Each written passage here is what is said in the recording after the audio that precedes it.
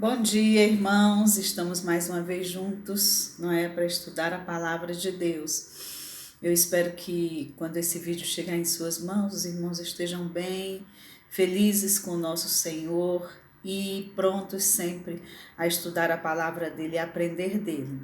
Como eu tenho dito para os irmãos, esse mês é o mês de missões nacionais e, portanto, durante o mês de setembro, nós estamos pensando um pouco sobre o que a Bíblia nos ensina sobre missões. Uma coisa muito interessante, irmãos, é que missões é parte essencial da Igreja de Cristo.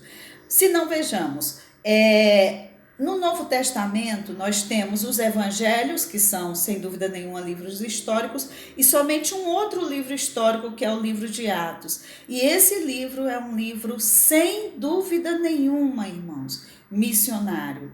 É um livro que nós podemos dizer que tem, na sua grande maioria, as histórias das viagens missionárias do apóstolo Paulo, do missionário Paulo, de quem falamos no domingo passado. Além disso, dos 27 livros da Bíblia, 13 desses livros foram escritos por esse velho missionário, a igreja Paulo. Portanto, é inegável que missões é parte essencial da igreja, da missão da igreja, do que somos como servos de Deus. Eu gostaria de rapidamente comentar com os irmãos o primeiro versículo de Atos, esse livro histórico do Novo Testamento, que diz assim: escrevi o primeiro livro, ó Teófilo, relatando todas as coisas que Jesus começou a fazer. Ora, quem está escrevendo o livro de Atos é Lucas, o evangelista, que escreveu Lucas e que termina Lucas quando Jesus é assunto aos céus. Então, meus irmãos, ele está dizendo aqui as coisas, Jesus já tinha sido levado aos céus e ele diz: eu estou te escrevendo as coisas que Jesus começou a fazer. Como assim começou? Se Jesus já tinha sido elevado aos céus. Como assim começou? Se na cruz, uma das palavras da cruz é está consumado. Porque de fato, a obra redentora de Cristo na cruz estava consumada. Mas a missão, irmãos, essa não estava consumada. As coisas que Jesus começou a fazer. Então, e o livro de Atos é sobre o quê? É sobre as coisas que Jesus, por meio do Espírito Santo de Deus, agindo na sua vida e na minha vida, três pessoas: Jesus, o Espírito Santo, eu e você, continuando a obra de Cristo. É isso, irmãos, isso é missões. É fazer a nossa parte. Por que estou aqui? Por que Deus me mantém aqui na terra? Para fazer a sua obra, para continuar a sua obra aqui na terra. Mas você pode dizer ainda para mim assim: mas irmã Marinésia, eu não sei evangelizar, eu não nasci para isso, evangelizar não é meu dom. Evangelizar não é meu dom. Há muito tempo atrás, uma amiga minha disse para mim: evangelizar não é meu dom. Hoje ela é missionária, não é? O que significa isso? Irmãos, você foi chamado. Quando Jesus despediu-se dos seus discípulos, ele disse: indo pregai o evangelho. Ele não disse se esse for o seu dom.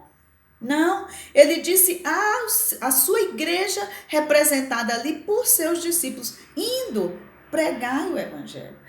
Irmã Marinésia, mas eu não sei como evangelizar. Deixa eu dizer uma coisa para você, meu irmão. O Deus que nos convocou, que nos chamou a fazer a sua obra, o Deus que nos convocou a amar missões e a enviar missionários e sustentar missionários, é o Deus que nos capacita. O texto bíblico em João 14, 12 diz assim: digo-lhes a verdade. Aquele que crê em mim, Jesus falando, fará também as obras que eu tenho realizado. E as fará maiores do que estas, porque eu estou indo para o Pai. Veja o que Jesus está dizendo para mim e para você. Se você crê em Jesus de todo o seu coração, você fará as obras que ele fez, continuando a obra de Cristo. E as fará maiores ainda, porque eu estou indo para o meu Pai. Vocês vão ficar por toda a vida para fazer a minha obra, para levar a mensagem de salvação a outras pessoas. Mas então, a Junta de Missões Nacionais, esse ano, nos trouxe um tema maravilhoso, inspirador, que nos fala sobre qual é o combustível para levarmos essa mensagem salvadora, para amarmos missões, para contribuirmos com alegria, para darmos uma parte de tudo aquilo que o Senhor nos tem dado, para missões com alegria e nos sentindo privilegiados por isso. E qual é esse combustível? Esse combustível está em 1 João 4, 9 e a 11. Eu vou ler somente 2 desses versículos, irmãos, só vou ler o 9 e o 10 para nós. Dizem assim, depois de ler esse texto, ele é lindo esse texto, e é com base nesse texto que a Junta de Missões escolheu o tema da campanha, que é Porque Ele nos amou. E o texto diz: nisto se manifestou o amor de Deus em nós, em haver Deus enviado o seu Filho unigênito ao mundo para vivermos por meio dele. Nisto consiste o amor. Não em que nós tenhamos amado a Deus, mas em que ele nos amou e enviou o seu Filho como propiciação pelos nossos pecados. Porque ele nos amou. Porque ele nos amou. Irmãos, vejam que o versículo 9 começa dizendo: nisto se manifestou o amor de Deus em nós. Então, como é que o amor de Deus se manifestou por meio de Jesus, que veio, morreu na cruz do Calvário em nosso lugar? Mas hoje o amor de Deus se manifesta em nós, para que o mundo veja o amor de Deus por eles, através de nós. Somos canais de bênção. Se lembra, irmãos, que o mesmo João que escreveu 1 João, quando escreveu o Evangelho de João, ele relata o encontro de Jesus com Pedro, e quando ele pergunta a Pedro: Pedro, tu me amas? E Pedro diz para o Senhor: Senhor, tu sabes de todas as coisas, tu sabes que eu gosto de ti. Jesus diz para Pedro assim: então, quer dizer, se tu me amas, Pedro, apacenta as minhas ovelhas. Apacenta as minhas ovelhas. Faz a obra para a qual tu foi chamado. E aquele homem, aquele discípulo que traiu Jesus, que abandonou Jesus no momento da sua morte, sai dali. E em Atos, ele é encontrado no Pentecoste pregando a multidões, e multidões aceitando a Cristo. O texto está dizendo, irmãos, que o grande segredo do que aconteceu na vida de Pedro não é Pedro, não é o amor de Pedro. Pedro disse para Jesus: Senhor, o Senhor sabe de todas as coisas, o Senhor sabe que eu gosto de ti, o meu amor por ti não é como deveria ser. E então João vem aqui e diz assim: então, sabe por quê? O segredo é porque ele me amou, que eu consigo amar o mundo. Não é porque você é bom, não é porque você é amoroso, é porque o amor de Deus é tão grande em nossas vidas que ele transborda para as pessoas que não conhecemos, pessoas que por nós mesmos não amaríamos, mas que por causa do amor de Deus por nós, E em nós conseguimos amar. Nós conseguimos amar. Porque Ele nos amou. Nós temos todos os dias, irmãos, que pedir ao Senhor, me ajuda, Pai, a lembrar do teu amor por mim, do teu grande amor por mim, para que eu possa levar esse amor àqueles que têm caminhado sem Cristo e sem amor. Porque Ele nos amou primeiro. Quando Estevão, irmãos, estava sendo apedrejado, ele disse: Senhor, não lhes impute esse pecado, porque Ele nos amou. David Brenner, um missionário, ele foi um jovem missionário entre os indígenas americanos e tinha uma saúde muito frágil, a história diz.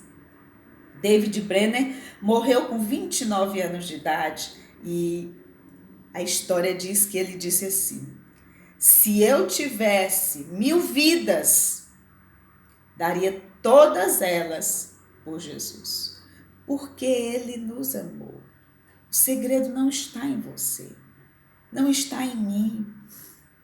Nós não contribuímos porque somos bons. Contribuímos, amamos, pregamos, porque Deus nos amou. E sermos amados nos leva a amar também. A história também, domingo o pastor Fernando Brandão pregou na Igreja Memorial e ele contou a história de um jovem de 22 anos que foi como missionário para a Amazônia.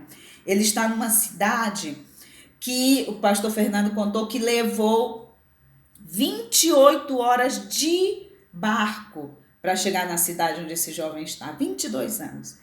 Lá não tem internet, não tem luz, e o pastor Fernando Brandão perguntou para ele: mas você vai ficar mesmo aqui? E ele disse: pastor, é maravilhoso ver Cristo fazendo diferença nessas vidas. Eu vou ficar aqui. 22 anos, irmãos. Porque Ele nos amou. Porque Ele nos amou. É dele que vem esse amor. Eu estou fazendo um curso essa semana, esse fim de semana, do Haggai. O pastor Ebenezer, pregando há um tempo atrás, ele compartilhou uma história que eu quero compartilhar com os irmãos. Ele disse que foi também a Manaus, né, pregar para obreiros numa igreja da Assembleia de Deus, uma igreja muito grande lá. E esses obreiros vinham de vários lugares do interior da Amazônia. E ali a igreja tinha um galpão onde eles ficavam, colocavam suas redes, vinham. E ele estava pregando para 650 obreiros. O pastor compartilhou com o pastor Ebenezer que aquelas pessoas tinham grandes problemas, alguns tinham até depressão porque estavam em locais muito distantes, então eles ficavam muito sozinhos, eles pregavam o evangelho ali, eram obreiros ali, mas eles não tinham outros obreiros para conversar, não tinham outras pessoas para conversar, ficavam muito só ali naqueles lugares tão distantes e inóspitos da Amazônia. E que também tinham a pobreza, eram muito pobres, muitos deles iam para aquela reunião e a igreja depois tinha que ajudá-los a voltar, porque eles não tinham condição financeira para voltar. Então, o pastor Eben, ele é muito engraçado, né? Diz que no primeiro dia ele pregando e ele assistindo o culto lá na frente, um casal sentado, uma senhora, o cabelo maltratado, né? Mas vestida, arrumada, bem arrumadinha, o marido de terno e gravata, como um bom obreiro da Assembleia de Deus, né? E ali participando do primeiro banco. E ele ficou observando aquele casal, disse que o marido,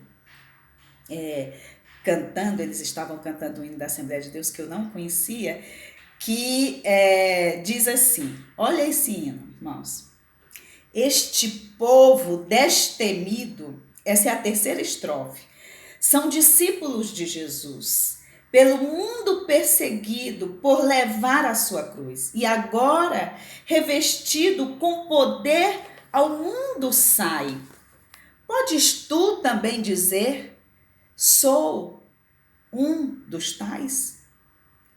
E o pastor Ebenezer disse que aquele homem cantava, né? E animadamente com as mãos e pegava, sempre procurava a mão da esposa, né? Pegava a mão da esposa e beijava e cantava, um dos tais, um dos tais. Podes tu também dizer que sou um dos tais? E ele disse que na hora que passou o ofertório, aquela mulher procurou lá na bolsa dela, encontrou uma bolsinha e tirou de lá uma moeda e participou daquilo. Lembra, irmãos, pessoas que não tinham nada, pessoas que viviam na maior pobreza, mas que tinham prazer de levar a mensagem de salvação a outros. E não somente de levar a mensagem de salvação, eram obreiros da igreja, mas a alegria de contribuir. Aquela moeda, para aquele casal, provavelmente era como a moeda da viúva pobre. Mas que alegria poder contribuir. Podes tu também dizer, sou um dos tais. Sou um dos tais. Irmãos, muitos irmãos nossos estão em locais inóspitos, como aquele rapaz de 22 anos na Amazônia. Ele é sustentado com as minhas ofertas e as suas ofertas. Muitos irmãos estão em tantos lugares, dando sua vida para levar, para pregar a mensagem de salvação.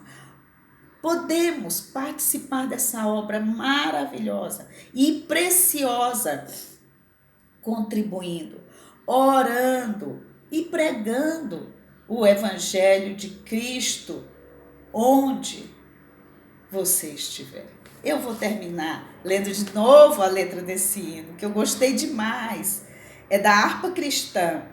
Este povo destemido são discípulos de Jesus, pelo mundo perseguido por levar a sua cruz. E agora, revestido com poder, ao mundo sai.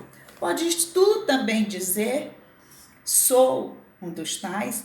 Um dos tais, um dos tais. Podes tu também dizer, sou um dos tais. Porque ele nos amou. É por isso que contribuímos, que oramos, que pregamos àqueles que têm caminhado sem Jesus. Porque ele nos amou, sou um dos tais. Deus abençoe sua vida.